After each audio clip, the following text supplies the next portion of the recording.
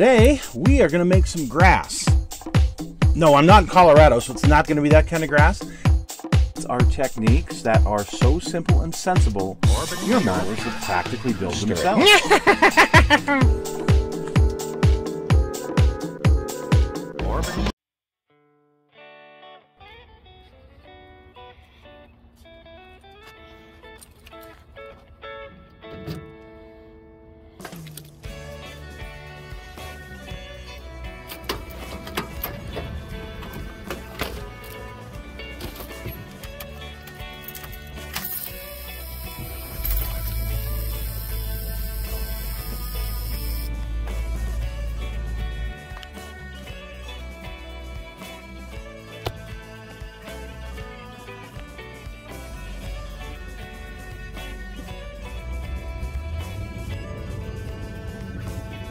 Well, folks, it's Mad Dog Merv, and today, well, we are taking the Blazer out on another little excursion. We're going to try and get the tires dirty, get a little bit of dirt road here and there. Hello, folks, it's Mad Dog Merv, and today on Where in the Blue Blazers Are We? We are going to a local wrecking yard, and we may be going to a couple of local wrecking yards. We'll see how time goes. Here's the deal. This is a yard that I've known about. I've seen it. It's not too far from my house, and you could never get in there. Well, the owner has passed away, and the owner's executors are selling everything. And the reason they're selling everything is because the city wants the land. Oh, yeah, bumpy road. So they want the land, and they want everything gone. What doesn't get sold in the next few weeks gets crushed. And there's some neat stuff there. I've seen some of the pictures, and I'll share them with you. But yeah, the prices are not going to be premium prices. They are going to be bargain basement prices, which would be really nice. Basically, you know, whatever the junk company will pay them, plus a few bucks, I'm sure they'll be willing to take. So let's go take a look on Where in the Blue Blazers Are We Going at one of our local wrecking yards. First walk in the place, there's this, I believe it's a 39 Cadillac, and you can see the condition this is in. Yeah, there's a few parts missing here and there, but overall, this thing's big and it's beautiful. The interior, definitely, this is the best part of the interior. But hey, this would be a wonderful car to restore. So we're going to kind of click through the different pictures of the place. Now keep in mind that this was a private junkyard. This guy rarely, if ever, let anybody in it to see what was in there. And you can see there's a lot of junk. But you kind of look through in certain areas, and all of a sudden you come across a pretty decent car. This Mercedes, for example. And the Kawasaki motorcycle that's on the right-hand side was in pretty good shape as well. So here's the thing. The city wants to, this gentleman passed away, and the folks that are handling his estate need to get rid of these cars because the city supposedly is encroaching on this. They want the land, and they're trying to take this area over. And my understanding is that if they don't get these saved soon, they will wind up being crushed, which would be really sad.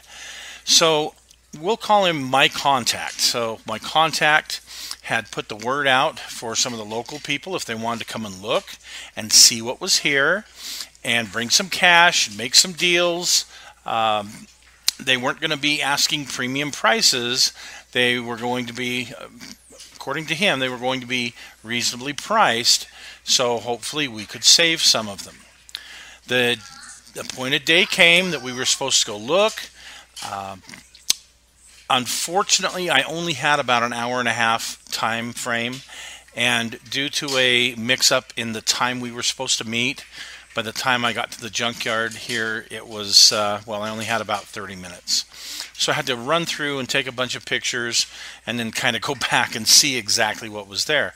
This Eldorado is absolutely beautiful. What is it, 69 or 70, something like that? You folks let me know in the comments, but look at how straight this thing is. yeah, it's faded and it's been there a long time, but there's even air in some of the tires. Just a beautiful, beautiful car. Anyway, since we've been to this lot, I've tried to get with my contact to get contact information for these people, and no response. So please don't send me messages asking me where it's at and how to get a hold of these folks, because unfortunately I can't get a hold of them. And I've gone back there, and when I've gone back there, of course, the gates are closed. So if I can find out more information, I will definitely put it out here on this video in the notes, or in the comment section. But for now, I don't have permission to say where this is publicly. It's on the west side of Salt Lake City, I can tell you that, and it's a private yard. Okay, so let's hope that a deal can be struck and all of these can be saved. Now look at this 71 Charger. That definitely got my attention. Has the hideaway headlights. The body's in pretty good shape. There's a few dents on it. One mismatched fender here. It is a big block car. It did have air conditioning. The air conditioning pump is in the trunk. I opened the trunk and the trunk was really ugly, but it looked like the metal was solid in there. You can see the engine has been torn down. It's missing a radiator and a few other parts, but pretty solid looking in the engine compartment area. The interior of the car, it's a pretty big mess, and unfortunately those door panels, they're kind of hard to come by, but it seems to all be there, and I think it's definitely something that is salvageable and savable. So we'll see. Now behind this was this Desoto, and some people thought maybe 55 or 56. It's a Firelight, and it's actually a 56, and you can tell because that chrome piece in the very, very back points up on the end of the white there. That's typical of a 56 model year. Here is a restored one, and you can see, wow, absolutely beautiful. This is a 56. So how you can tell the difference between this and a 55 is the 55 points down, and this is a 55 right here. Okay, looks like that's about the same color as this one was at one time. And in front of this is a Cadillac, looks like a Cadillac limo. Wow, this guy really liked Buicks and Cadillacs. There was some Desotos in here. And from the 30s up until the late 60s, as you can see. This one seems to be in pretty good shape, this four-door right here.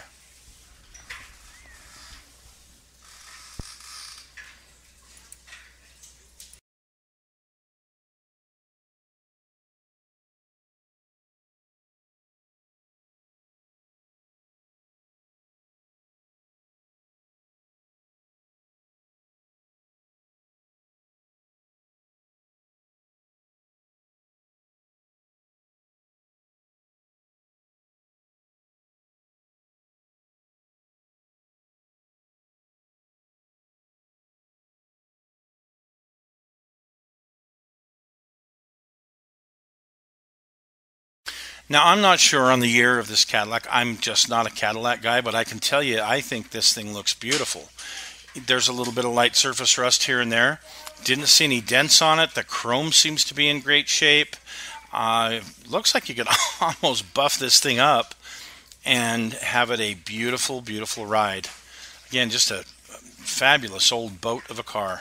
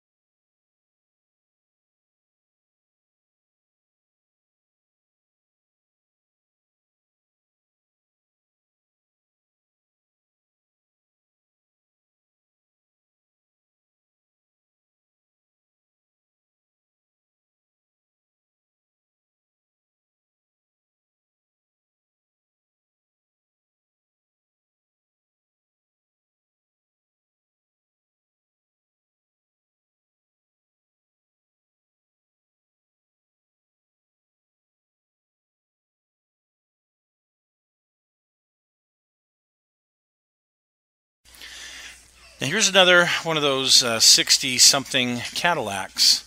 And this one has a lot of patina on it. It's a four-door. But what I found interesting is sitting in the background there is a Chevy Blazer. So, we're going to take a little bit closer look at this, and upon closer inspection, this appears to be from the mid-1980s. Mine is an 86, and I was looking at some of the different components on this, and they're very similar. Your headlight, your twin headlights, the square headlights, the grille. So this appears to be from the mid-80s, and in pretty decent shape. A little bit of rust here and there in the typical areas. This is the interior. This definitely would be worth saving.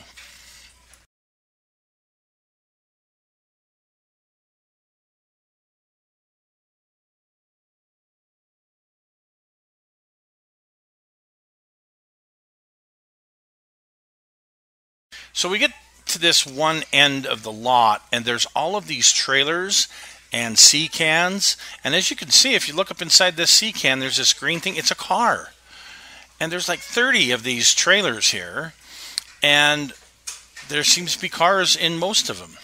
Look at this old Caddy. Wow, pretty amazing.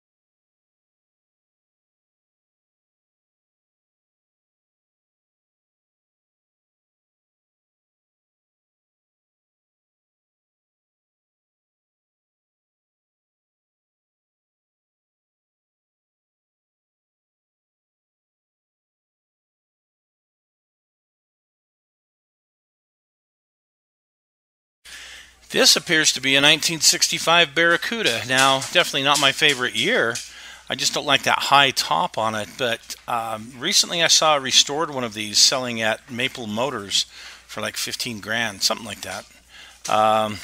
Just, wow, really looks to be in pretty decent shape, just really dirty.